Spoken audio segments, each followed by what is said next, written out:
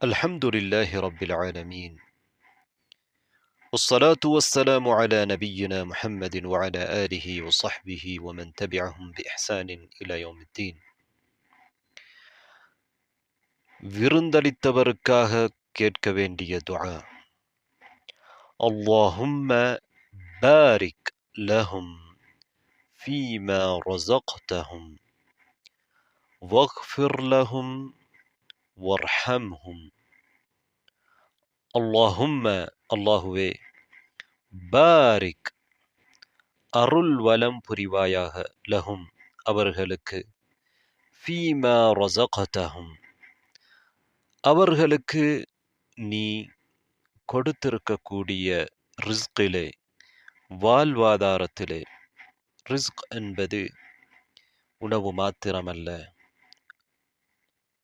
அறிவு, செல்வம், பிள்ளைகள், எதுவாகவும் இருக்கலாம். அல்லாஹு தாலா அவர்களுக்கு கொடுத்திருக்கக்கூடிய நலவுகள், நீ அவர்களுக்கு கொடுத்திருக்கக்கூடிய வாழ்வாதாரத்திலே அவர்களுக்காக அருள் வளம் புரிவாயாக. பரக்கா, அருள் வளம். வஃபிர் லஹும் அவர்களுக்கு பாவ மன்னிப்பை கொடுப்பாயாக. இஃபிர் அவர்களை மன்னிப்பாயாக. இஃபிர் என்றால் மன்னிப்பது மாத்திரமல்ல, மறைப்பதும் அதிலே அடங்கும். இம்மையிலோ மறுமையிலோ அவர்களது பாவங்களை வெளிப்படுத்தி அவர்களை இழிவுபடுத்தாமல் அவர்களை மறைத்து மன்னித்து விடு என்பது அதன் அர்த்தம். வர்ஹம்ஹும் அவர்களுக்கு இரக்கம் காட்டுவாயாக. மஃபிரா என்பது மன்னிப்பு, மறைத்தல். அதை விடவும் மேலானது ரஹ்மா, இரக்கம் காட்டுவது.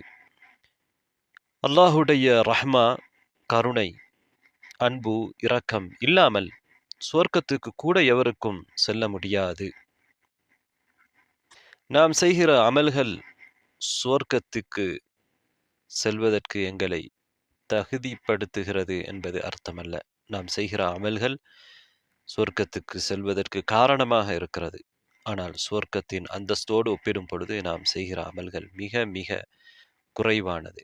அல்லாஹு ரப்புல் ஆலமீன் அவனுடைய அருளின் காரணமாக, அவனுடைய அருளினால் எங்களை சுவர்க்கத்துக்கு அனுப்புகிறான். இதனை நபிகள் நாயகம் ஸல்லல்லாஹு அலைஹி வஸல்லம் அவர்கள் சொன்ன பொழுது, நபித்தோழர்கள் நீங்களுமா என்று கேட்டார்கள். ஆம், நான் கூட அல்லாஹு தஆலா எனக்கு அருள் செய்துதான் சுவர்க்கத்துக்கு செல்ல முடியும் என்று சொன்னார்கள். இந்த துஆ சஹீஹ் முஸ்லிம்லே இடம்பெற்றிருக்கிறது. உணவோடு சம்பந்தப்பட்ட பல பிரார்த்தனைகளை நபிகள் நாயகம் ஸல்லல்லாஹு அலைஹி வஸல்லம் அவர்களின் ஆதாரபூர்வமான ஹதீத்களிலிருந்து நாம் கற்றுக்கொள்ள முடிகிறது. இந்த ஹதீஸை நாம் சற்று விரிவாக பார்க்கலாம். அதற்கு முன்னர் நாம் ஏற்கனவே உணவு சாப்பிட்ட பிறகு ஓதக்கூடிய துஆக்களை பார்த்திருந்தோம். இப்போது நாம் இந்த துஆ வந்திருக்கக்கூடிய ஹதீஸை மாத்திரமல்லாமல் உணவோடு சம்பந்தப்பட்ட நாம் பார்க்காத ஏனைய துஆக்களையும் ஞாபகப்படுத்துவோம். ஆரம்பமாக நாம் உணவு உண்ணுவதற்கு முன்னர் அல்லது குடிப்பதற்கு முன்னர் பிஸ்மில்லாஹ் என்று அல்லாஹுவின் பெயரை சொல்ல வேண்டும் என்று நபிகள் நாயகம் ஸல்லல்லாஹு அலைஹி வஸல்லம் அவர்கள் எங்களுக்கு கற்றுத்தந்திருக்கிறார்கள். பல ஹதீத்களிலே அதனை நாம் பார்க்க முடிகிறது. சிறுவனாக இருந்த உமர் இப்னு அபி சலமா அவர்களுக்கு நபி அவர்கள், யா குலாம், சிறுவனே, சம்மில்லா, அல்லாஹுவின் பெயரை கூறுவீராக. வகுல் பியமீனிக், உன் வலக்கரத்தால் சாப்பிடுவீராக. வகுல் மிம்மா யலிக், உனக்கு பக்கத்தில் உள்ளதை சாப்பிடுவீராக என்று கற்றுக் கொடுத்த ஹதீஸ் புகாரி முஸ்லிமிலே இடம்பெற்றிருக்கிறது. அதே போன்று பிஸ்மில்லா சொல்லாவிட்டால் அல்லாஹ்வின் பெயர் குறிப்பிடப்படாத உணவை ஷைத்தான் ஹலாலாக்கிக் கொள்வான், ஷைத்தானும் சேர்ந்து அங்கே சாப்பிடுவான் என்று நபி அவர்கள் சொன்ன ஹதீஸ் சஹீஹ் முஸ்லிமிலே இடம்பெற்றிருக்கிறது. ஹுதைஃபா ரலியல்லாஹு அன்ஹு அவர்கள் அறிவிக்கின்றார்கள். அதே போன்றுதான் நபி ஸல்லல்லாஹு அலைஹி வஸல்லம் அவர்கள் சொல்கிறார்கள், உணவின் ஆரம்பத்தில் அல்லாஹுவை ஞாபகப்படுத்துவதற்கு யார் மறக்கின்றாரோ அவர் ஞாபகம் வருகிற நேரத்தில் பிஸ்மில்லாஹி அவ்வலஹி வ அஹிரஹு என்று சொல்லட்டும். ஏன் தெரியுமா? ஃபஇன்னஹு யஸ்தக்பிலு தஆமன் ஜதீதா. அவர் அதற்கு பிறகு புதிய உணவை உண்ணப் போகிறார். அதற்கு அந்த பிஸ்மில்லா தேவை. அதேபோன்று வயம்னஉல் ஹபீஸ மா கான யுஸீபு மின்ஹு. ஷைத்தான் அதற்கு முன்னால் சாப்பிட்டுக் கொண்டிருந்ததை அது தடுக்கும். இந்த அர்த்தத்திலே பல ஹதீஸ்கள் வந்திருக்கின்றன. அவற்றில் சிறிய சிறிய பலவீனங்கள் இருக்கின்றன. இந்த ஹதீஸ் இப்னு ஹிப்பானிலே இடம்பெறக்கூடியது பலமான ஹதீஸ். அந்த ஹதீஸ்களும் இந்த ஹதீஸின் அடிப்படையிலே பலமடைகிறது. ஆனால் இந்த ஹதீஸ் பலமான அறிவிப்பாளர் வரிசையை கொண்டிருக்கிறது. இப்னு மஸ்ஊத் ரலியல்லாஹு அவர்கள் வழியாக இது அறிவிக்கப்பட்டிருக்கிறது. எனவே உணவின் ஆரம்பத்தில் நாம் பிஸ்மில்லா சொல்வதைப் போல எங்களுக்கு அதை மறந்துவிட்டால் இடையிலே சொல்கிற பொழுது பிஸ்மில்லாஹி ஃபி அவ்வலிஹி வ ஆஹிரிஹி என்று சொல்லலாம். இந்த ஹதீஸிலே பிஸ்மில்லாஹி ஃபி அவ்வலிஹி வ ஆஹிரிஹி என்று இடம்பெற்றிருக்கிறது. சில அறிவிப்புகளிலே பிஸ்மில்லாஹி அவ்வலஹு வ ஆஹிரஹு என்று இடம்பெற்றிருக்கிறது. எப்படியும் சொல்லிக் கொள்ளலாம், ஒரே அர்த்தம். பிஸ்மில்லா சொல்லாததனால் ஷைத்தான் எங்களோடு சேர்ந்து ஏற்கனவே சாப்பிட்டு இருந்தாலும் அதனை கூட இந்த வார்த்தை தடுத்துவிடும் என்கிறது இந்த ஹதீஸ். வேறு அறிவிப்புகளிலே வந்திருப்பதை போன்று ஷைத்தான் வாந்தி எடுத்து விடலாம். இப்போது இன்னொரு செய்தியை பார்ப்போம். ஒருவர் உணவுக்காக அழைக்கப்படுகிறார். அவர் நோன்பாளியாக இருக்கிறார். அவர் என்ன செய்ய வேண்டும் என்பதை நபி அவர்கள் சொல்கிற பொழுது சஹீஹ் முஸ்லிமில் இடம்பெற்றிருக்கக்கூடிய அபூ ஹுரைரா ரலியல்லாஹு அன்ஹு அவர்கள் அறிவிக்கும் ஹதீஸிலே இதா துஇய அஹதுக்கும் ஃபல்யுஜிப். உங்களில் ஒருவர் அழைக்கப்பட்டால் அவர் பதிலளிக்கட்டும். ஃபஇன் கான ஸாயிமன் ஃபல்யுஸல்லி. அவர் நோன்பாளியாக இருந்தால் அவர் துஆ செய்யட்டும். வஇன் கான முஃப்திரன் ஃபல்யுத்இம். அவர் நோன்பாளி அல்லாமல் இருந்தால் அந்த உணவிலிருந்து அவர் சாப்பிடட்டும் என்று நபி அவர்கள் சொல்கிறார். எனவே நாம் விருந்துக்கு அழைக்கப்பட்டால் அதற்கு பதிலளிக்க வேண்டும். குறிப்பாக வலீமா உணவுக்காக அழைக்கப்பட்டால் அதற்கு பதிலளிக்க வேண்டும். அது மிகவும் வலியுறுத்தப்பட்டிருக்கக்கூடிய ஒரு விடயம். அப்போது நாம் அங்கே செல்கிற பொழுது அவர்களுக்காக துஆ செய்கின்றோம். நோன்பாளியாக இருந்தாலும் கூட அவர் துஆ செய்யட்டும் என்று நபி ஸல்லல்லாஹு அலைஹி வஸல்லம் அவர்கள் சொல்கிறார்கள். அங்கே சென்றவர் நோன்பாளியாக இருந்தால் அவருக்கு உண்மையிலே அவர் சுன்னத்தான நோன்பை பிடித்திருக்கிறார். மந்தூபான சுன்னாவான உபரியான நோன்பை நோற்றிருந்தால் அவர் அந்த நோன்பை விட்டுவிட்டு அங்கே உணவு அருந்த முடியும், அனுமதி இருக்கிறது. அல்லது அவருடைய நோன்பை தொடரவும் முடியும். ஆனால் அங்கே உணவு அருந்தினால் அவர்கள் சந்தோஷப்படுவார்கள். இது ஒரு உபரியான நோன்பு என்ற வகையிலே இருக்கும் போது அந்த நிலைமையை கவனித்து அவர் உணவருந்து விட்டு வேறொரு நாளையிலே நோன்பு நோற்றுக்கொள்ளலாம். அல்லது அவர் நோன்பை விடுவதை அவர்களும் விரும்பவில்லை, நோன்பை தொடர்வதை தான் விரும்புகிறார் உணவுக்கு அழைத்தவர் என்றிருக்கின்ற பொழுது அந்த நிலைமையை கவனித்து இவர் நோன்பை தொடர முடியும். அதில் அவருக்கு நன்மை இருக்கிறது. அங்கே சென்றவர் அவர் முடியுமான அளவு உண்ண முடியும். அவர் விரும்பினால் உணவுக்கு அழைத்தவர் அனுமதி கொடுத்தால் உண்ணாமலும் இருக்க முடியும். இங்கே மற்றவர்களுடைய உணர்வுகளை கவனிக்க வேண்டும் என்பதிலே இஸ்லாம் கவனம் எடுத்திருக்கிறது என்பதையும் பார்க்கின்றோம். நோன்பு என்பது ஒரு இபாதா. இபாதாக்களை எந்த அளவுக்கு நாம் மறைத்து செய்கிறோமோ அதுதான் மார்க்கம் வரவேற்றிருக்கக்கூடிய விடயம். என்றாலும் இந்த சந்தர்ப்பத்திலே அவர் தவறாக நினைத்துவிடக் கூடாது என்பதற்காக விருந்தலுக்கு அழைத்தவருக்கு நான் நோன்பாளியாக இருக்கிறேன் என்று தன்னுடைய இபாதாவை வெளிப்படுத்துவதிலே தவறில்லை. இப்னு உமர் ரலியல்லாஹு அன்ஹு அவர்கள் ஒரு விருந்துக்கு அழைக்கப்பட்டிருந்தார்கள். அங்கே வந்தார்கள். அவர்கள் கையை நீட்டினார்கள். பிஸ்மில்லா குலு, அல்லாஹ்வுடைய பெயரை கொண்டு சாப்பிடுங்கள் என்று சொல்லிவிட்டு அங்கே இருந்தவர்கள் அங்கே சாப்பிட ஆரம்பித்த போது அவர்கள் சாப்பிடாமல் நீங்கள் சாப்பிடுங்கள், நான் நோன்பாளியாக இருக்கிறேன் என்று சொல்லிவிடுகின்றார்கள். இது போன்ற சந்தர்ப்பத்திலே தனது அமலை வெளிப்படுத்துவதில் தவறில்லை. இது ஒரு நோக்கத்திற்காக வெளிப்படுத்தப்படுகிறது. விருந்துக்கு அழைத்தவர் கவலைப்படக்கூடாது என்பது அதன் நோக்கம். மார்க்கம் மற்றவர்களுடைய உணர்வுகளை கவனிப்பதற்கு எங்களுக்கு தூண்டியிருப்பதை நாம் இதிலிருந்து புரிந்து கொள்கிறோம். நாம் உணவுக்கு அழைக்கப்படுகிறோம், ஆனால் அந்த வலீமாவிலே பாவம் நடைபெறுகிறது. அந்த விருந்திலே பாவங்கள் அரங்கேற்றப்படுகின்றன என்றால் நாம் அந்த விருந்துக்கு போக வேண்டிய அவசியம் இல்லை. பாவம் நடைபெறுகின்ற இடத்துக்கு போகக்கூடாது என்ற அடிப்படையிலே நாம் அந்த விருந்துக்கு பதிலளிக்கக்கூடாது. உதாரணமாக மியூசிக் போட்டு வைத்திருக்கிறார்கள், அல்லது அரைகுறை ஆடைகளோடு பெண்களை நடனமாட விட்டிருக்கிறார்கள், மதுபானம் போன்ற ஹராமான பொருட்கள் பரிமாறப்படுகின்றன. இவ்வாறான விருந்துகளுக்கு பதிலளிக்கப்படக்கூடாது. இப்போது நாம் விருந்தளித்தவருக்காக விருந்தாளி ஓதுகிற துஆ இடம்பெற்றிருக்கும் ஹதீதை சற்று பார்ப்போம். இந்த ஹதீதை அப்துல்லாஹ் இப்னு புஸ் ரலியல்லாஹு அன்ஹு அவர்கள் அறிவிக்கிறார்கள். நபி ஸல்லல்லாஹு அலைஹி வஸல்லம் அவர்கள் தனது தந்தை புஸ்ர் ரலியல்லாஹு அன்ஹு அவர்களிடத்திலே விருந்தினராக வருகிறார்கள். இவர்கள் வீட்டிலே நபி அவர்களுக்கு உணவு கொடுக்கின்றார்கள். நபி ஸல்லல்லாஹு அலைஹி வஸல்லம் அவர்கள் அந்த உணவிலிருந்து சாப்பிடுகின்றார்கள். பிறகு அவர்களுக்கு பேரீச்சம்பழம் கொண்டு வரப்படுகிறது, அதையும் சாப்பிடுகிறார்கள். பேரீச்சம்பழத்தின் விதையை தனது இரு விரல்களுக்கும் இடையிலே வைத்து அதனை வெளியே தள்ளிவிடுகின்றார்கள். அவர்களது ஆட்காட்டி விரலுக்கும் நடுவிரலுக்கும் இடையிலே வைத்து அதனை தள்ளிவிடுகின்றார்கள். பிறகு நபி ஸல்லல்லாஹு அலைஹி வஸல்லம் அவர்களுக்கு குடிப்பதற்கு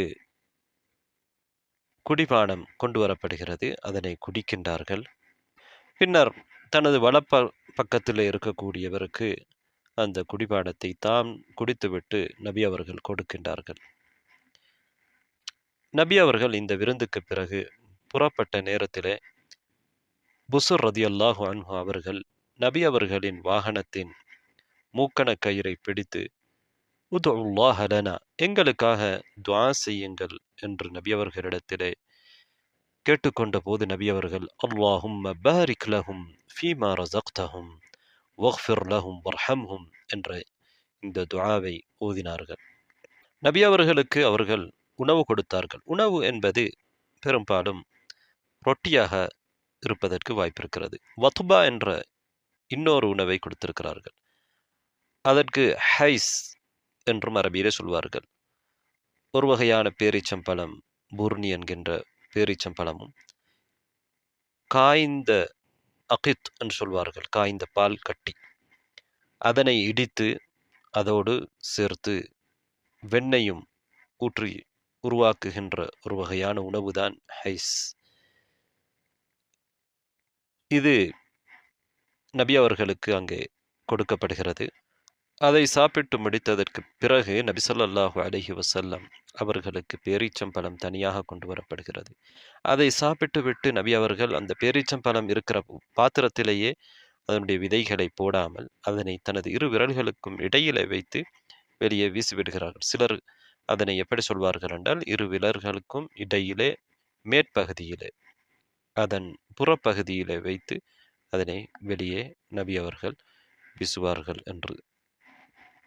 இங்கே நடுவிரலும் ஆட்காட்டி விரலும் குறிப்பிடப்பட்டிருக்கிறது. இவ்வாறு செய்வது நல்லது. நபி ஸல்லல்லாஹு அலைஹி வஸல்லம் அவர்களின் வழிமுறையை பின்பற்றுவதாக அமையும். எப்படி வேண்டுமென்றாலும் அதன் விதையை நாம் வெளியே தள்ளிவிடலாம். நபிகள் நாயகம் ஸல்லல்லாஹு அலைஹி வஸல்லம் அவர்களை நாம் இவ்வாறான விடயங்களிலும் இபாதா இல்லாத விடயங்களிலும் பின்பற்றுவது நல்லது. ஏனென்றால் நபி ஸல்லல்லாஹு அலைஹி வஸல்லம் அவர்கள் முழுமையான ஒருவர். அவர்களது வழிமுறை முழுமையான ஒரு வழிமுறை. அல்லாஹு தாலா நபி அவர்களுக்கு முழுமையானதை, பூரணமானதை தான் தெரிவு செய்வான். இப்னு உமர் ரலியல்லாஹு அன்ஹு அவர்கள் நபி ஸல்லல்லாஹு அலைஹி வஸல்லம் அவர்களை எல்லா வழிமுறையிலும் பின்தொடர்வார்கள். அதாவது இபாதா இல்லாத விடயங்கள் எல்லாவற்றிலும் நபி அவர்களை போன்று செய்வதற்கு முயற்சி எடுப்பார்கள். பிரயாணத்திலே நபி ஸல்லல்லாஹு அலைஹி வஸல்லம் அவர்கள் எந்த இடத்திலே இறங்கினார்களோ தங்கினார்களோ அந்த இடத்திலே தங்குவதற்கு கூட இப்னு உமர் ரலியல்லாஹு அன்ஹு அவர்கள் முயற்சிப்பார்கள். இது இபாதா அல்ல. இதிலே நாம் நபி அவர்களை பின்பற்றுவது மார்க்கத்திலே எங்களிடத்திலே வேண்டப்பட்ட ஒரு விடயம் அல்ல. ஆனால் இதை பின்பற்றுகிற நோக்கத்திலே செய்தால் அவருக்கு கூலி கொடுக்கப்படும். நபி அவர்கள் மீது அவர்கள் வைத்திருக்கக்கூடிய அந்த நேசத்திற்காக என்று அறிஞர்கள் விளக்கியிருக்கிறார்கள். உணவு உண்டபின் நபி ஸல்லல்லாஹு அலைஹி வஸல்லம் அவர்களுக்கு ஒரு குடிபானம் கொடுக்கப்படுகிறது. அதை குடிக்கின்றார்கள். அது எவ்வளவு நேரத்துக்கு பிறகு கொடுக்கப்பட்டது என்பது தெரியாது. என்றாலும் உணவு உண்றதற்கு பிறகு பானங்கள் குடிக்கக்கூடாது என்று சிலர் சொல்லுவார்கள். ஆனால் இங்கே நபி ஸல்லல்லாஹு அலைஹி வஸல்லம் அவர்களுடைய வழிமுறை பூரணமான வழிமுறை. அது உடனே குடித்தார்களா அல்லது தாமதித்து கொடுத்தார்களா என்பது நமக்கு தெரியாது. மார்க்கத்திலே உணவு உண்டதற்கு பிறகு குடிப்பதற்கு தடையில்லை. பிறகு நபி ஸல்லல்லாஹு அலைஹி வஸல்லம் அவர்கள் தனது வலப்பரத்திலே இருக்கின்றவருக்கு பானத்தை கொடுக்கின்றார்கள். விருந்துக்கு நாம் ஒரு பெரிய மனிதரை அழைத்தால், நாம் அழைத்த அந்த மஜ்லிஸிலே அல்லது பெரியோர் மனிதர் இருக்கிறார், வயதானவர் அல்லது மார்க்கத்திலே கல்வி கற்ற ஒருவர், தலைவர், இவ்வாறு அல்லது நாம் வீட்டிலே இருக்கிறோம் என்றால் பிள்ளைகள் எல்லோரும் இருக்கிறார்கள், தந்தை இருக்கிறார். முதலிலே அவர் அதனை குடித்துவிட்டு அல்லது சாப்பிட்டு விட்டு தனது வலப்பக்கத்திலே இருப்பவருக்கு கொடுப்பது தான் சுன்னா. நபி ஸல்லல்லாஹு அலைஹி வஸல்லம் அவர்கள் ஏதாவது ஒன்றை குடித்துவிட்டு அதனை தனது வலப்புறத்திலே இருப்பவர்களுக்கு தான் கொடுப்பார்கள். இனி ஒரு மஜ்லிஸிலே பெரிய ஒருவர் இருந்தால் அவரை கண்ணியப்படுத்துவதற்காக நாம் முதலிலே அவருக்கு கொண்டு போய் கொடுக்க முடியும். அல்லது நாம் மஜ்லிஸில் இருக்கின்ற ஆரம்பத்திலே இருந்து வலதிலே இருந்து மஜ்லிஸுடைய வலதிலே இருந்து தான் ஆரம்பிக்க வேண்டும் என்பதல்ல. நாம் கண்ணியப்படுத்துகிற ஒருவருக்கு, முக்கியமான ஒருவரை நாம் முதலிலே அவருக்கு கொடுக்க முடியும். அவர் பிறகு குடித்துவிட்டு தனது வலப்புறத்திலே உள்ளவர்களுக்கு கொடுப்பார். எனவே நாம் வலதிலே உள்ளவருக்கு, பெரியவருக்கு கொடுத்துவிட்டு அவருக்கு வலப்புறத்திலே உள்ளவர்களுக்கு தொடர்ந்து நாம் கொடுக்கலாம். உணவளித்த நபித்தோழர் நபி ஸல்லல்லாஹு அலைஹி வஸல்லம் அவர்களுடைய வாகனத்தின் மூக்கணத்தை பிடிக்கின்றார்கள். நபி அவர்களை மரியாதை கொடுப்பதற்காக, ஒரு பணிவுக்காக அவர்களுடைய வாகனத்தின் மூக்கணத்தை கையில் எடுக்கின்றார்கள். பிறகு எங்களுக்காக துஆ செய்யுங்கள் என்று சொல்கின்றார்கள்.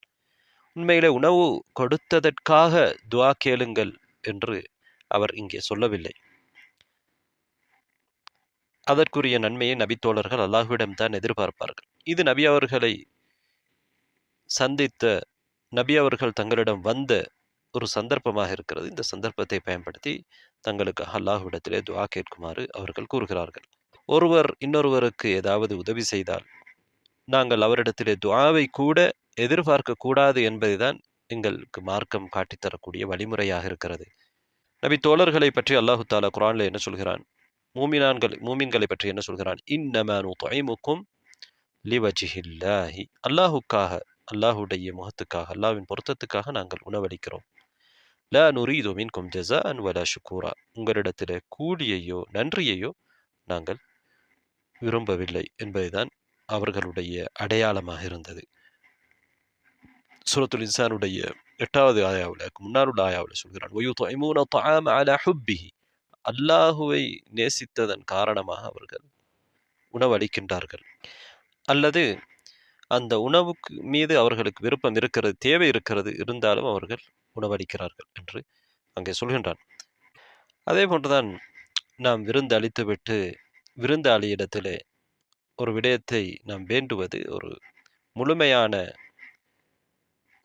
விருந்துபசாரமாக, கரமாக, கொடைக்குரிய பண்பாக இருக்காது. எனவே இங்கே அந்த நபித்தோழர் நபி அவர்களிடத்திலே ஏன் கேட்டார்கள் என்றால், நபி ஸல்லல்லாஹு அலைஹி வஸல்லம் அவர்கள் துஆ கபூலாக்கப்படுகிற ஒருவராக இருக்கின்றார்கள்.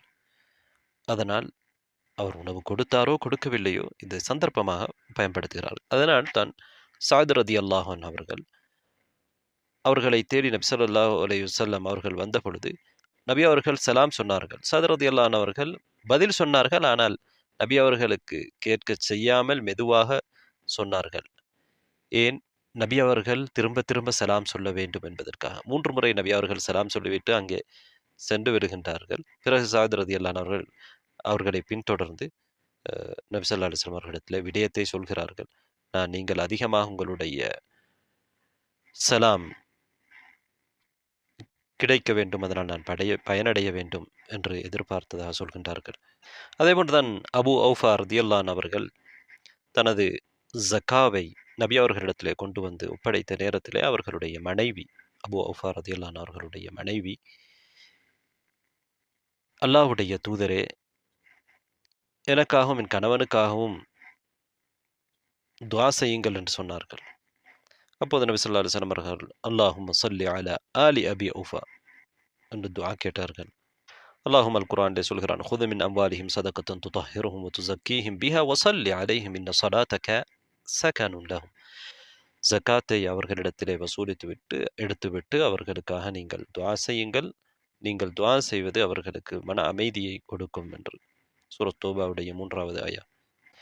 ஜகாத் என்பது வாஜிபான ஒன்று. அது கட்டாயம் கொடுத்தான் ஆக வேண்டும். இங்கே ஜக்காவை நாம் கொடுத்ததற்காக நபி அவர்கள் எங்களுக்கு துஆ செய்ய வேண்டும் என்று அந்த குடும்பம் எதிர்பார்க்கவில்லை. இந்த சந்தர்ப்பத்திலே நபி அவர்கள் துஆ கபூலாக்கப்படுகிற ஒருவர் என்பதற்காக அந்த துஆவை அந்த இடத்திலே அவர்கள் பெற்றுக்கொள்கின்றார்கள். இவ்வாறு நபி அவர்களிடத்திலே துஆ கேட்குமாறு அவர்கள் கேட்டுக்கொண்டதற்கான காரணம், நபி ஸல்லல்லாஹு அலைஹி வஸல்லம் அவர்கள் துஆ கபூல் செய்யப்படக்கூடிய ஒருவராக இருக்கின்றார்கள்.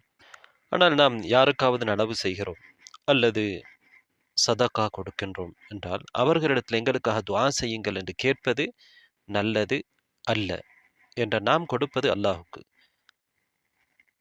அதற்குரிய முழுமையான கூலியை நாம் அல்லாஹ்விடமே எதிர்பார்க்க வேண்டும். நாம் அல்லாஹ்வின் அடியார்களை சார்ந்திருக்க கூடாது. ஆயிஷா ரதியல்லாஹு அன்ஹா அவர்கள் நன்கொடைகளை, அன்பளிப்புகளை பிறருக்கு அனுப்பிவிட்டு தனது பணியாளர்களிடம் சொல்வார்கள், அவர்கள் என்ன சொல்கிறார்கள் என்று பாருங்கள், அதே போன்று நீங்களும் சொல்லுங்கள் என்று சொல்லுவார்கள். அவ்வாறு செய்கிற பொழுது அவர்கள் சொன்னதற்கு பதிலாக நாங்கள் சொல்லிவிட்டோம், ஆனால் நாங்கள் கொடுத்ததற்குரிய கூலியை அல்லாஹு தஆலா எங்களுக்கு முழுமையாக தர வேண்டும் என்பதை எதிர்பார்ப்பார்கள். ஒருவர் எங்களுக்கு ஏதாவது ஒரு உபகாரம் செய்தால் நாம் அவருக்கு ஜஸாக்கல்லாஹு ஹைரா என்று சொன்னால் நாம் அவருக்கு பிரதி செய்வதாக உண்மையிலே அமைந்துவிடும். ஆனால் நாம் செய்கிற உதவிக்கு அல்லாஹ்விடத்தில் மாத்திரம்தான் நாம் எதிர்பார்க்க வேண்டும். எங்களுக்கு யாராவது உதவி செய்தால் நாம் அவருக்கு அந்த வார்த்தை சொல்ல வேண்டும், துஆ கேட்க வேண்டும். இன்னொருவர் எங்களுக்கு சொல்லவில்லை என்பதற்காக நாம் மனவருத்தப்படுவது நல்லதல்ல. கூலி தருபவன் அல்லாஹ். அதனால் அவனிடத்திலே நாம் கூலியை எதிர்பார்க்க வேண்டும். சிலர் இது போன்ற ஹதீஸ்களிலிருந்து, நல்லடியார்களிடமிருந்து நாம் பிரார்த்தனை வேண்ட முடியும். அது மார்க்கத்திலே தடையில்லை. ஒரு நல்ல மனிதரிடத்திலே எங்களுக்காக நீங்கள் துஆ செய்யுங்கள் என்பது தடையில்லை. ஆனால் அது ஏற்றமானதா இல்லையா என்கிற ஒரு கருத்து வேறுபாடு இருக்கிறது. இப்னு தைமியா ரஹிமஹுல்லாஹ் அவர்கள் அது ஏற்றத்துக்கு மாற்றமானது என்ற கருத்தை கொண்டிருக்கிறார்கள். ஏனெனில் ஒரு அடியாரின் பக்கம் அதிலே நாம் தேவை காண்கின்றோம். நபி ஸல்லல்லாஹு அலைஹி வஸல்லம் அவர்கள் சில நபித்தோழர்களுக்கு எவரிடத்திலும் எதுவும் கேட்கக்கூடாது என்று பையா செய்தார்கள். அவர்களுடைய சாட்டை வாகனத்தில் செல்கிற பொழுது விழுந்தாலும் அந்த ஒட்டகத்திலே இருந்து இறங்கி அதனை அவர்கள் எடுப்பார்கள். இன்னொருவரிடத்தில் எடுத்து தாருங்கள் என்று கூட சொல்ல மாட்டார்கள். இன்னொருவரிடத்தில் கேட்பதை அந்த அளவுக்கு அவர்கள் அந்த பையா செய்ததனால், அந்த உடன்படிக்கை செய்ததனால் தவிர்த்திருக்கிறார்கள். வாகனத்தில் இருந்து இறங்கி எடுப்பது என்பது ஒரு சாதாரணமான விஷயம் அல்ல. அதிலே ஒரு சிரமம் இருக்கிறது. ஆனால் அது ஒரு உயர்ந்த அந்தஸ்தாக இருக்கிறது. அதே போன்று நாம் இன்னொருவரிடத்தில் எங்களுக்காக பிரார்த்தியுங்கள் என்று சொல்கிற பொழுது அவரை நாங்கள் சற்று தூய்மைப்படுத்துவதை போன்றும் அதிலே அமைந்திருக்கிறது என்றும் இப்னு தைமியா ரஹிமஹுல்லாஹ் அவர்கள் காரணம் கூறியிருக்கிறார்கள். அடுத்ததாக, ஒரு அடியான் அல்லாஹ்விடத்திலே துஆ கேட்பதற்கு கட்டளையிடப்பட்டிருக்கின்றான். எனவே அவனாக அல்லாஹ்விடத்திலே கேட்பதுதான் ஏவப்பட்டிருக்கிறது.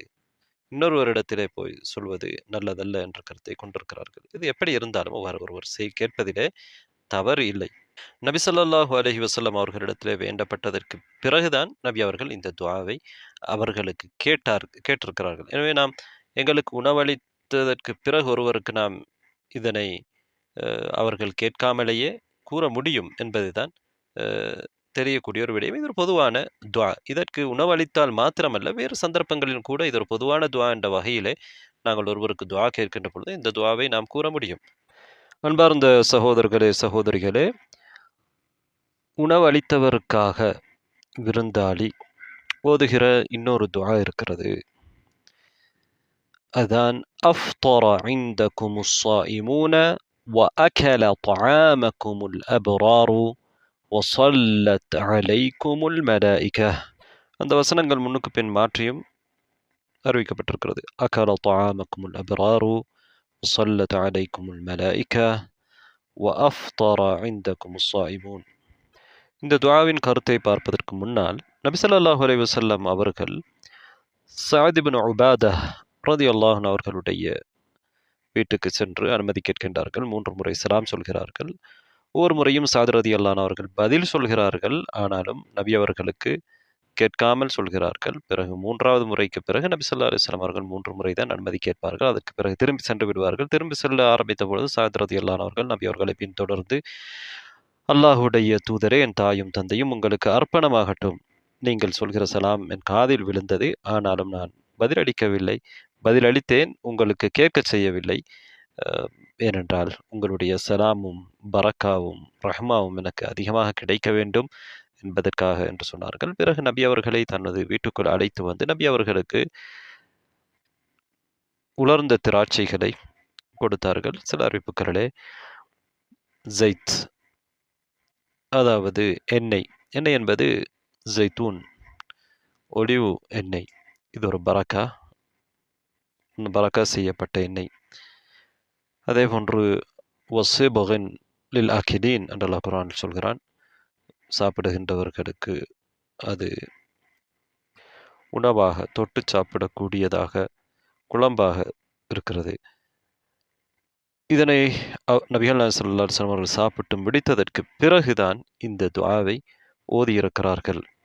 இந்த ஹதீஸ் பலமானது. இதனை அல்பானி, அதே போன்று ஷுஐப் அல்-அர்னவுத் போன்ற இன்றைய காலத்தில் இருந்த ஹதீஸ் துறை ஆய்வாளர்களும் சரி கண்டிருக்கிறார்கள். இந்த ஹதீஸுடைய ஒரு அறிவிப்பிலே யஹ்யா இப்னு அபி கஸீர் அவர்கள் அனஸ் ரலியல்லாஹு அன்ஹு அவர்களிடமிருந்து அறிவிக்கக்கூடிய அந்த அறிவிப்பிலே நபி ஸல்லல்லாஹு அலைஹி வஸல்லம் அவர்கள் ஒரு குடும்பத்தாரிடத்திலே நோன்பு திறந்தால் இதனை ஓதுவார்கள் என்று இருக்கிறது. எனவே நபி அவர்கள் ஒரு குடும்பத்தாரிடம் நோன்பு திறந்தால் ஓதுவார்கள் என்ற அறிவிப்பு பல இடங்களிலும் வந்திருக்கிறது. அந்த அறிவிப்புகளிலே பலவீனம் இருக்கிறது. இதில் யஹ்யா இப்னு அபி கஸீர் அவர்கள் அனஸ் ரலியல்லாஹு அன்ஹு அவர்களிடத்திலே நேரடியாக ஹதீஸ்களை கேட்டதில்லை. எனவே அந்த இடத்திலே ஒருவர் விடுபட்டிருக்கிறார். ஆனால் இப்போ நாம் ஏற்கனவே சொன்ன அறிவிப்பை பொறுத்தவரையிலே அது மஅமர் அவர்கள் சாபித்திடமிருந்து அறிவிக்கின்றார். சாபித் அனஸ் ரலியல்லாஹு அன்ஹு அவர்களிடமிருந்து அறிவிக்கக்கூடிய ஹதீஸ் அது பலமானது. அனஸ் ரலியல்லாஹு அன்ஹு அவர்களிடமிருந்து கதாதா அறிவிக்கக்கூடிய, இன்னும் பலர் அறிவிக்கக்கூடிய, அதே போன்று ஆயிஷா ரலியல்லாஹு வழியாகலாம், இப்னு ஜுபைர் வழியாகலாம் இந்த ஹதீஸ் அறிவிக்கப்பட்டிருக்கிற அந்த ஹதீஸ்களிலே சிறிய சிறிய பலவீனங்கள் இருக்கின்றன. ஆனால் இந்த மஅமர் வழியாக வரக்கூடிய அறிவிப்பு பலமானது. இந்த அறிவிப்பிலே நபி அவர்கள் சஅத் ரலியல்லாஹு அன்ஹு அவர்களிடத்திலே நோன்பு திறந்தார்கள் என்று இல்லை. அவர்களிடத்தில் உணவு சாப்பிட்டதற்கு பிறகு இதனை ஓதியிருக்கிறார்கள். இனி எது எப்படியோ நபி ஸல்லல்லாஹு அலைஹி வஸல்லம் அவர்கள் நோன்பு திறந்தார்கள் அல்லது வெறுமனே உணவு சாப்பிட்டார்களா என்பது தெரியவில்லை. உணவு சாப்பிட்டதற்கு பிறகு இந்த துஆவை நாம் என்ன செய்யலாம்? எங்களுக்கு விருந்தளித்தவருக்காக ஓதலாம். இஃப்தார் விருந்தளித்தவருக்காக கூட ஓதலாம். ஏனைய உணவளித்தவர்களுக்காகவும் ஓதலாம்.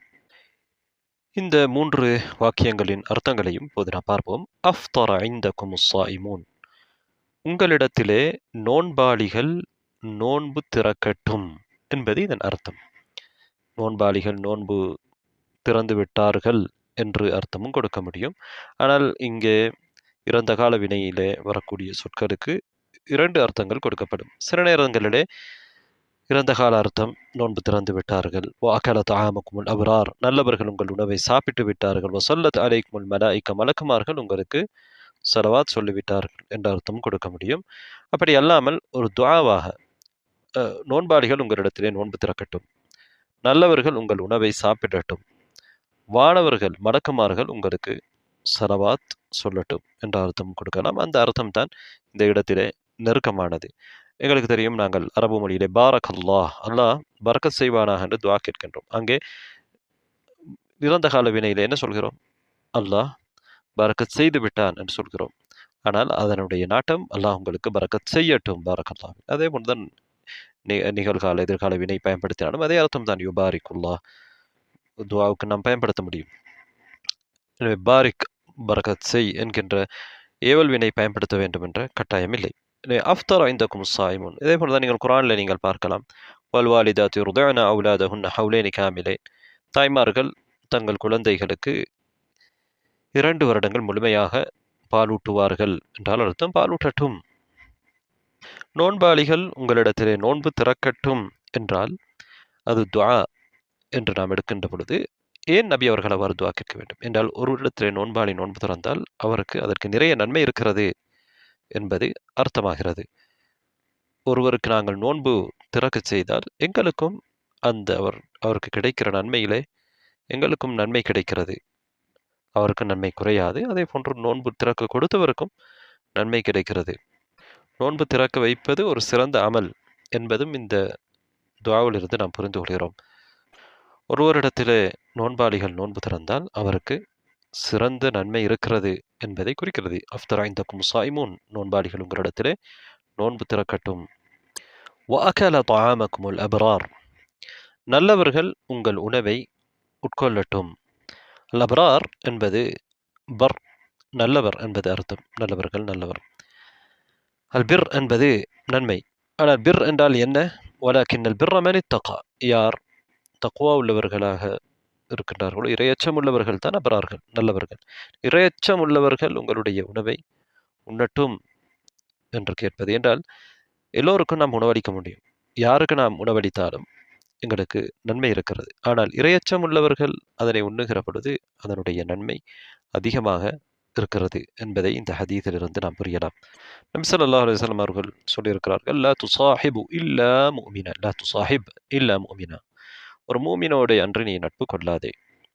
வலா யஅகுல் தஆமக இல்லா தகி, உன்னுடைய உணவை இரையச்சம் உள்ள ஒருவரை அன்றி சாப்பிட வேண்டாம் என்று சொல்கிறார்கள். இங்கே நபி அவர்கள் சொன்னது கட்டாயமாக இரையச்சம் உள்ளவருக்கு மட்டும்தான் நீங்கள் உணவு அளிக்க வேண்டும் என்பது அல்ல. உணவு யாருக்கும் அளிக்க முடியும். அதை சிறப்பித்து இங்கே சொல்லியிருக்கிறார்கள். இல்லை என்றால் அல்லாஹு தாலா அல் குர்ஆனிலே என்ன சொல்கிறான்? وَيُطْعِمُونَ الطَّعَامَ عَلَى حُبِّهِ مِسْكِينًا وَيَتِيمًا وَأَسِيرًا, அவர்கள் உணவு அவர்களுக்கு விருப்பமாக இருந்தாலும் மிஸ்கீனுக்கு, யத்தீமுக்கு, அசீருக்கு உணவளிப்பார்கள். அசீர் என்பது கைதி. மூமின்களிடம் இருந்த கைதிகள் யார்? காபிர்களாகத்தான் இருப்பார்கள். காபிர்களுக்கு உணவளிப்பதை மார்க்கம் தூண்டித்தான் இருக்கிறது. ஆனால் நல்லவர்களுக்கு உணவளிக்கின்ற பொழுது கூடுதல் நன்மை எங்களுக்கு கிடைக்கும். ஒரு நாய்க்கு உணவளித்ததற்காகவே அல்லாஹு தாலா நீர் புகட்டியதற்காகவே ஒரு விபச்சாரியை மன்னித்தான் என்ற செய்தியை ஸல்லல்லாஹு அலைஹி வஸல்லம் அவர்கள் சொல்லியிருக்கிறார்கள். எனவே நாய்க்கு நீர் புகட்டியது என்றிருக்கின்ற பொழுது மனிதனுக்கு உணவளிப்பதிலே இருக்க நன்மை இருக்கிறது. என்றாலும் ஒரு மூமின் காபிரை போன்றவன் அல்ல, ஒரு மூமினுக்கு கொடுக்கின்ற பொழுது அதிலே கூடுதல் நன்மை இருக்கிறது. ஒரு மிருகத்துக்கு கொடுப்பதை விட ஒரு மனிதனுக்கு கொடுப்பதில் கூடுதல் நன்மை இருக்கிறது. நபி அவர்கள் சொல்லியிருக்கிறார்கள், ஃபி குல்லி கபிதின் ரத்பத்தின் அஜர், ஒவ்வொரு உயிருள்ள ஒவ்வொன்றிலும் உங்களுக்கு கூலி இருக்கிறது. அவற்றுக்கு நீங்கள் தர்மம் செய்கிற பொழுது உங்களுக்கு கூலி இருக்கிறது. அவற்றுக்கு உணவளிக்கின்ற பொழுது உங்களுக்கு கூலி இருக்கிறது. அவற்றுக்கு நீங்கள் குடிக்க கொடுக்கிற பொழுது, பருக கொடுக்கிற பொழுது உங்களுக்கு கூலி இருக்கிறது. ஒரு அமலை நாம் அதனை சதகாவாக இருக்கிற மனிதர்களோடு சம்பந்தப்பட்டது, அது யாருக்கு செய்கிறோம் என்பதை பொறுத்தவரையிலும் சில நேரம் நன்மையிலே ஏற்றத்தாழ்வு ஏற்படலாம். ஒரு தேவை அதிகமாக உள்ளவருக்கு நாங்கள் ஒரு தர்மம் செய்கிற பொழுது அங்கே எங்களுக்கு கூடுதலான நன்மை பெற முடியும். அல்லாஹு தாலா ஃபக்கு ரகபா ஃபலகத் ஹமல் அகபா வமா அத்ராக மல் அகபா ஃபக்கு ரகபா, அகபா என்றால் என்ன என்பதை பற்றி சொல்கின்றார். அது ஒரு அடிமை உரிமையிடுவது. அவ் இத்ஆமுன் ஃபி யௌமின் தி மஸ்கபா, கடுமையான ஒரு நாளையிலே உணவளிப்பது என்று சொல்கிறார். யாருக்கு? யதீமன் தா மக்ரபா, உறவினரான ஒரு அனாதைக்கு. ஓ மிஸ்கீனன் தா மத்ரபா, ஏழையான ஒரு மிஸ்கீனுக்கு, அதாவது மிக வறுமையில் இருக்கக்கூடிய ஒரு ஏழைக்கு. த மத்ரபா என்றால் கைகள் மண்ணோடு ஒட்டிய நிலையில் இருக்கக்கூடியவர், அவரிடத்தில் எதுவும் இல்லை. இப்படியான ஒருவருக்கு உணவளிக்கின்ற பொழுது கூடுதல் நன்மை நிச்சயமாக இருக்கிறது. இருக்கின்ற ஒருவருக்கு கொடுப்பதை விட இல்லாதவருக்கு கொடுக்கின்ற பொழுது கூடுதல் நன்மை இருக்கிறது. இந்த வகையிலே தான் ஈமான் உள்ள தக்குவா உள்ள ஒருவருக்கு கொடுக்கின்ற பொழுது அங்கே கூடுதல் நன்மை இருக்கிறது. அப்படி இல்லாமல் ஒரு ஈமான் இல்லாத ஒருவர், முஸ்லிம் அல்லாத ஒருவர் ஒரு தேவையிலே இருக்கின்றார். அந்த நேரத்திலே நாம் அவருக்கு உதவி செய்வதனால் நிச்சயமாக நமக்கு நன்மை கிடைக்கும். எனவே அக்கல தஆமக்கும் அல்-அப்ரார், நல்லவர்கள் உங்கள் உணவை உட்கொள்ளட்டும், சாப்பிடட்டும் என்பதுதான் பொருத்தமான அர்த்தம். நல்லவர்கள் உங்களுடைய உணவை சாப்பிட்டு விட்டார்கள் என்று சொல்வது நபி ஸல்லல்லாஹு அலைஹி வஸல்லம் அவர்களை பொறுத்தவரையில் அவர்கள் நல்லவர்கள் தான், சந்தேகமில்லை. ஆனால் மற்றவர்கள் இதை சொல்லிவிட்டு சாப்பிட்டு விட்டு அவர் சொல்ல முடியுமா? ஒருவர் தன்னை தூய்மைப்படுத்திக் கொள்ள முடியுமா? ஃபலா துஸக்கு அன்ஃபுஸக்கும், அல்லாஹ் தஆலா உங்களை நீங்கள் தூய்மைப்படுத்திக் கொள்ளாதீர்கள் என்று சொல்கின்றான். நாம் இந்த துஆவை சொல்கிற பொழுதும் துஆ என்ற அடிப்படையிலே தான் சொல்ல வேண்டும். உங்களுடைய உணவை நல்லவர்கள் சாப்பிடட்டும், நல்லவர்கள் சாப்பிட்டு விட்டார்கள் என்ற அர்த்தத்திலே சொல்லக்கூடாது. என்றால் அது நம்மை தூய்மைப்படுத்துவதாக அமையும். நபி ஸல்லல்லாஹு அலைஹி வஸல்லம் அவர்களும் துஆ அர்த்தத்திலே தான் சொல்லியிருப்பார்கள் என்பதுதான் நெருக்கமாக தெரிகிறது. வஸல்லத் அலைக்குமுல் மலாயிகா, மலக்குமார்கள் உங்களுக்கு ஸலவாத் சொல்லட்டும். வானவர்கள் எவ்வாறு மூமின்களுக்கு ஸலவாத் சொல்வார்கள்? அவர்களுக்காக பாவமன்னிப்பு கேட்பார்கள். சூரத்து காஃபிருடைய 7வது ஆயாவில் அல்லாஹ் சொல்கிறான், மலக்குமார்கள் எவ்வாறு மூமின்களுக்கு துஆ கேட்பார்கள்? ரப்பனா வஸஅத் குல்ல ஷைஇன் ரஹ்மத்தன் வ இல்மா, எங்கள் இரட்சகனே, நீ அனைத்தையும் எல்லாவற்றையும் உன்னுடைய அருளால், உன்னுடைய அறிவால் சூழ்ந்து கொண்டு இருக்கிறாய். எல்லாவற்றையும் நீ சூழ்ந்தறிந்திருக்கிறாய். அதே போன்று எல்லாவற்றுக்கும் நீ கருணை காட்டுகிறாய். ஃபக்ஃபிர் லில்லதீன தாபு வத்தபஉ சபீலக், உன் பக்கம் மீண்டு தௌபா செய்த உன்னுடைய வழியை பின்பற்றியவர்களுக்கு நீ மஃபிராவை கொடு, பாவ மன்னிப்பை கொடு, அவர்களுடைய பாவங்களை மறைத்து மன்னித்து விடு. வகிஹிம் அதாபல் ஜஹீம், நரகத்தின் வேதனை விட்டும் அவர்களை பாதுகாத்து விடு. வணக்குமார்கள் ஸலவாத் சொல்கிறார்கள் என்றால் அல்லாஹ்விடத்திலே எங்களுக்காக துஆ செய்கிறார்கள், எங்களுக்காக அல்லாஹ்விடத்திலே பாவ மன்னிப்பு தேடுகிறார்கள். இதன் மலக்குமார்களுடைய துஆ. அல்லாஹ் ஸலவாத் சொல்கிறான் என்றால் அல்லாஹு தஆலா தன்னிடம் இருக்கக்கூடிய பெரும் சபையிலே, வானவர்களிடத்திலே, உயர் சபையிலே அவர்களை பற்றி சொல்கிறான். இன்னல்லாஹ வ மலாயிகத்து யுஸல்லூன அலன் நபி, நிச்சயமாக அல்லாஹும் வானவர்களும் நபி மீது ஸலவாத் சொல்கிறார்கள். அல்லாஹு தஆலா ஸலவாத் சொல்வது, அல்லாஹு தஆலா கருணை காட்டுவது. அதே போன்று அல்லாஹு தஆலா உயர் சபையிலே அவர்களை பற்றி புகழ்வது, வானவர்கள் ஸலவாத் சொல்வது என்பது அல்லாஹ்விடத்திலே அவர்கள் பாவ மன்னிப்பு தேடுவது. அன்பார்ந்த சகோதரர்களே, சகோதரிகளே, உணவு அளிப்பவருக்காக நாம் இன்னொரு துஆவை கேட்கலாம் என்று சிலர் குறிப்பிட்டிருக்கின்றார்கள். அதுதான் அல்லாஹும்ம ஸ்கினி, அல்லாஹும்ம அத்இம் மன் அத்அமனி வஸ்கி மன் சகானி. பெரும்பாலான அறிவிப்பில் இவ்வாறு தான் இடம்பெற்றிருக்கிறது. அல்லாஹும்ம அத்இம் மன் அத்அமனி வஸ்கி மன் சகானி. முஸ்லிமுடைய அறிவிப்பில் அல்லாஹும்ம அத்இம் மன் அத்அமனி வ அஸ்கி மன் அஸ்கானி. அர்த்தம் ஒன்றுதான். ஆனால் இந்த துஆ நபி ஸல்லல்லாஹு அலைஹி வஸல்லம் அவர்களுக்கு உணவு கிடைப்பதற்கு முன்னர், பால் கிடைப்பதற்கு முன்னர் கேட்ட துஆ. யார் எனக்கு உணவளிக்கின்றார்களோ அவர்களுக்கு நீ உணவளி, யார் எனக்கு குடிப்பதற்கு கொடுக்கின்றாரோ அவர்களுக்கு நீ குடிக்க கொடு என்பதுதான் அதன் அர்த்தம். இதனை நாம் ஒரு பொதுவான துஆவாக எடுத்து நமக்கு உணவளித்தவர்களுக்கும் கேட்டால் தவறல்ல. ஆனால் நபி ஸல்லல்லாஹு அலைஹி வஸல்லம் அவர்கள் எப்போது கேட்டார்கள் என்றால், மிக்தாத் ரலியல்லாஹு அன்ஹு அவர்களுடைய ஹதீஸ் இது சஹீஹ் முஸ்லிமிலே இடம்பெற்றிருக்கிறது. மிக்தாத் ரலியல்லாஹு அன்ஹு அவர்கள் இன்னும் 2 தோழர்களோடு நபி அவர்களிடத்திலே மதீனாவுக்கு வந்தார்கள். பலரும் அவர்களை பொறுப்பெடுக்கவில்லை. பலரிடத்திலும் ஏனைய சஹாபாக்களை ஹிஜ்ரா செய்து வந்தவர்களை பொறுப்பெடுத்திருப்பார்கள். அல்லது அவர்களிடத்திலே வசதி இல்லாமல் இருக்கலாம். அவர்கள் தாங்களே யாரிடத்திலே அறிமுகப்படுத்தினார்களோ அவர்களை பொறுப்படுத்தி நபி ஸல்லல்லாஹு அலைஹி வஸல்லம் அவர்களை பொறுப்படுத்தி 3 ஆடுகள் இருந்தன. இந்த 3 ஆடுகளிலே பால் கறந்து அவர்களும் அந்த 3 தோழர்களும் ஸல்லல்லாஹு அலைஹி வஸல்லம் அவர்களும் அதனை இரவிலே குடிக்கக்கூடியவர்களாக இருந்தார்கள். ஒவ்வொரு நாளும் அவர்கள் பால் கறப்பார்கள், அவர்களுடைய பங்கை குடித்து விடுவார்கள், நபி அவர்களுக்கும் பங்கு வைப்பார்கள். நபி அவர்கள் வந்து பள்ளியிலே தொழுதுவிட்டு அந்த பாலை குடிப்பார்கள். ஒரு நாள் மிக்தாத் ரலியல்லாஹு அன்ஹு அவர்கள் என்ன செய்கிறார்கள் என்றால், நபி ஸல்லல்லாஹு அலைஹி வஸல்லம் அவர்களுடைய பங்கையும் குடித்து விடுகின்றார்கள். அதாவது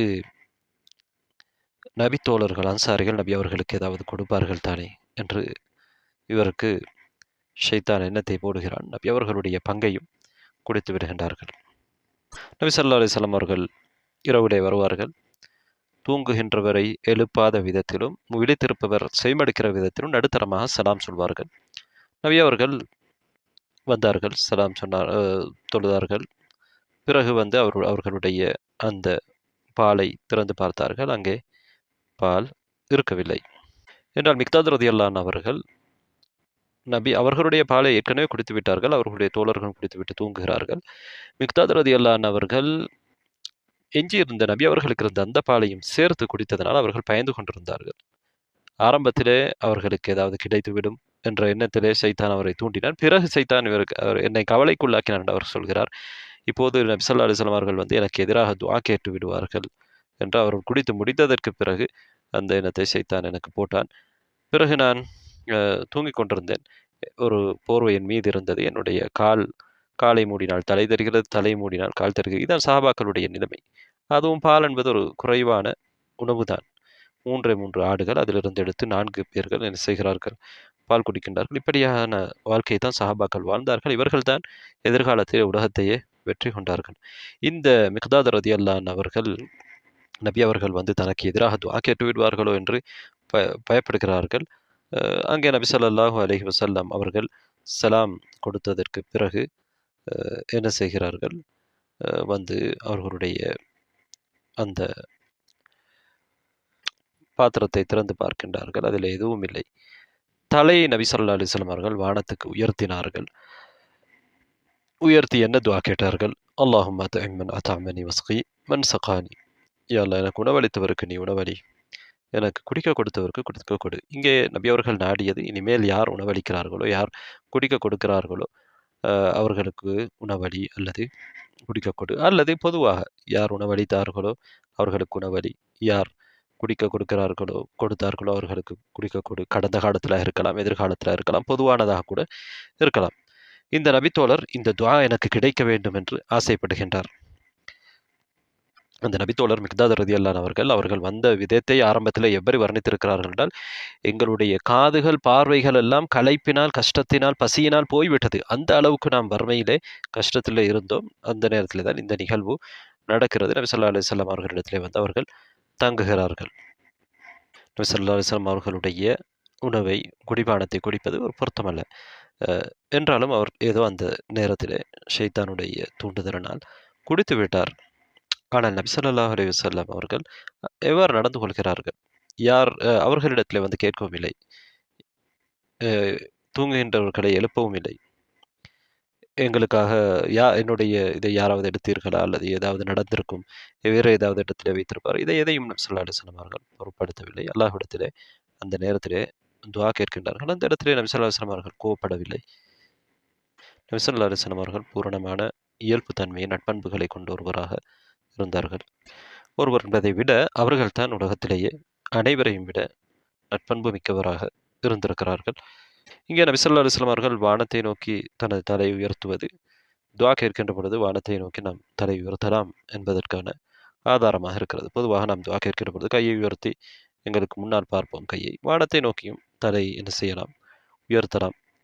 தொழுகையிலாக இருந்தால் நாங்கள் தஹியாத்திலே துஆ கேட்கின்ற பொழுது அங்கே எங்களுக்கு முன்னால் பார்ப்போம். சுஜூதிலே துஆ கேட்கின்ற பொழுது நாம் சுஜூதிலே இருப்போம். ஏனைய நேரங்களிலே நாம் வானத்தை நோக்கி பார்வை உயர்த்தி துஆ கேட்கலாம். மிக்தாத் ரலியல்லாஹு அன்ஹு அவர்கள் இந்த துஆவை செவிமடுத்ததும் அவர்களுக்கு நபி அவர்களுடைய துஆ எனக்கும் கிடைக்க வேண்டும் என்கிற அந்த ஆசையிலே என்ன செய்கிறார்கள் என்றால், தன்னுடைய போர்வையை அப்படியே சுருட்டி கொண்டு எழுந்து ஒரு கொழுத்த ஆட்டை பார்த்து அறுத்து நபி அவர்களுக்கு கொடுத்து விடுவோம். அதுவும் நபி அவர்களுடைய ஆடுதான் அது. அதனை அறுத்து கொடுத்து விடுவோம் என்று அவர்கள் உணவளித்து விடுவோம் நபி அவர்களுக்கு உணவளித்தால் அந்த துஆ நபி அவர்கள் கேட்டார்கள் என்று யோசித்து எழுந்து கத்தியை எடுத்துக்கொண்டு செல்கிறார்கள். சென்று பார்த்தால் அங்கே ஆடுகள் எல்லாம் அதனுடைய முளைகள் பால் நிரம்பி காணப்படுகின்றன. 3 ஆடுகளும் எவ்வாறு இருக்கிறது என்றால், பால் நிறைந்த ஆடுகளாக இருக்கின்றன. அதில் இருந்து திரும்பவும் என்ன செய்கிறார்? பாலை கறந்து எடுத்துக்கொண்டு வருகிறார். வந்து நபி ஸல்லல்லாஹு அலைஹி வஸல்லம் அவர்களிடத்திலே கொடுக்கின்றார். நபி ஸல்லல்லாஹு அலைஹி வஸல்லம் அவர்கள் அவரிடத்திலே கேட்கின்றார்கள், நீங்கள் இரவு உங்களுடைய அ பானத்தை குடித்து விட்டீர்களா? என்று கேட்கின்றார்கள். இவர் என்ன சொல்கிறார், நீங்கள் முதல் குடியுங்கள் அல்லாஹ்வுடைய தூதரே, நான் தகவல் பிறகு சொல்கிறேன் என்ற அடிப்படையிலே சொல்கிறார். நபி ஸல்லல்லாஹு அலைஹி வஸல்லம் அவர்கள் குடிக்கிறார்கள். பிறகு நபி அவர்கள் இவருக்கு கொடுக்கின்றார். இவர் குடிக்கவில்லை.